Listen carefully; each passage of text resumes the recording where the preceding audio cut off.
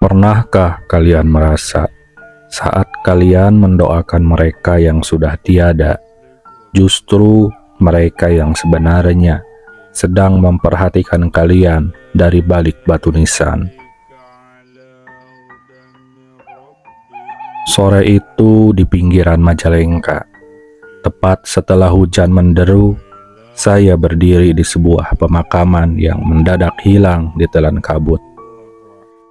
Bukan kabut biasa, tapi kabut yang membawa aroma melati busuk dan tanah yang sangat anyir. Di sana, di antara pohon-pohon Kamboja dan rimbunnya pohon bambu yang sudah meranggas, saya melihat sesuatu yang seharusnya tidak ada di alam kita.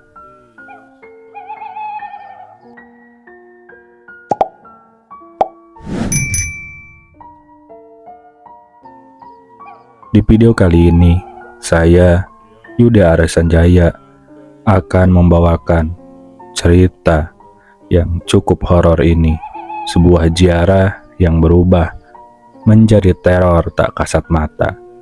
Siapkan mental kalian, karena cerita ini bukan sekedar cerita biasa.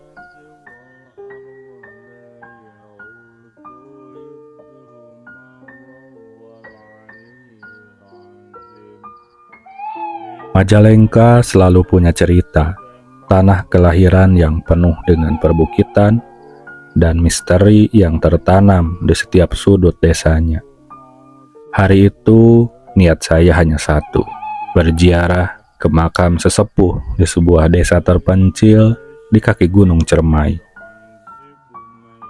Cuaca saat itu sangat tidak bersahabat. Hujan turun sejak siang, menyisakan hawa dingin yang menusuk tulang.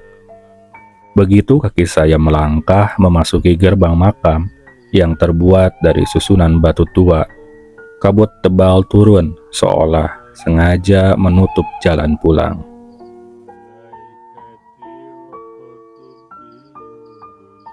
Saya mulai duduk di samping nisan, target ziarah saya. Membuka buku Yasin, menyalakan sedikit wewangian, dan mulai membacakan doa. Namun, baru saja ayat pertama terucap, suasana berubah. Kabut itu merapat, jarak pandang saya tidak lebih dari 1 meter. Anehnya, suhu udara turun drastis secara tidak wajar. Saya merasa ada hembusan napas hangat di tengkuk leher saya, padahal tidak ada siapapun di sana. Astagfirullah di dalam batin saya. Saat saya menoleh ke arah barisan makam di sebelah kiri, saya melihat sosok bayangan hitam tinggi besar berdiri mematung di balik pohon Kamboja yang saat itu terlihat samar-samar karena kabut. Sosok itu tidak bergerak, tapi matanya, saya bisa merasakan tatapan merahnya menembus kabut, mengunci pergerakan saya. Saya mencoba tetap tenang. Saya teruskan bacaan doa saya, tapi suara saya mulai bergetar ketika mendengar suara sahutan. Amin. Yang sangat lirih. Bukan dari mulut saya, melainkan dari bawah tanah makam yang sedang saya ziarahi waktu itu.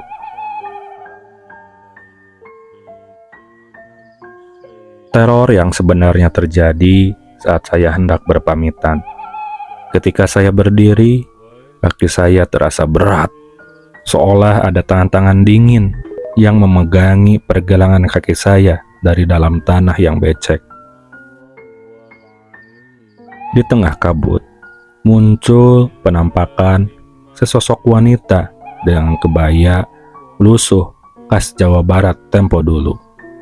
Wajahnya tertutup rambut panjang yang basah kuyup. Dia berjalan tidak menapak tanah, melintasi batu-batu nisan dengan gerakan yang patah-patah. Dia berhenti tepat di depan saya. Bau busuk bangkai seketika memenuhi rongga paru-paru.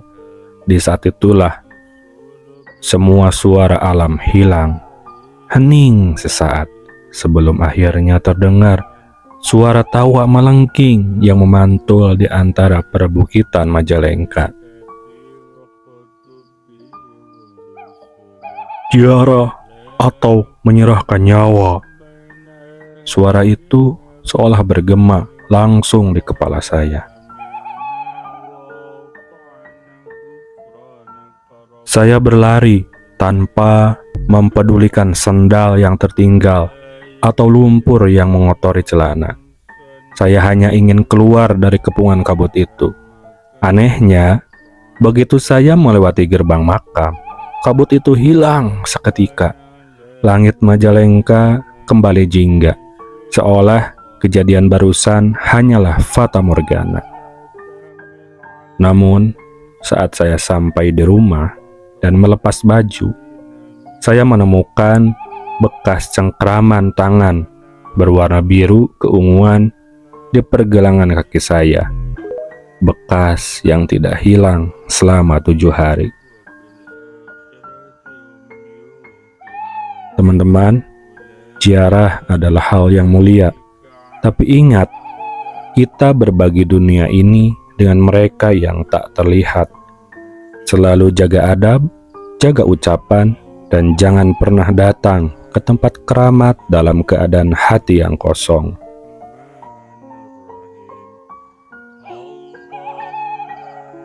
Itulah untuk cerita kali ini. Sampai berjumpa kembali di cerita selanjutnya. Kalau kalian punya pengalaman serupa di daerah Majalengka atau Jawa Barat lainnya, silahkan tulis di kolom komentar.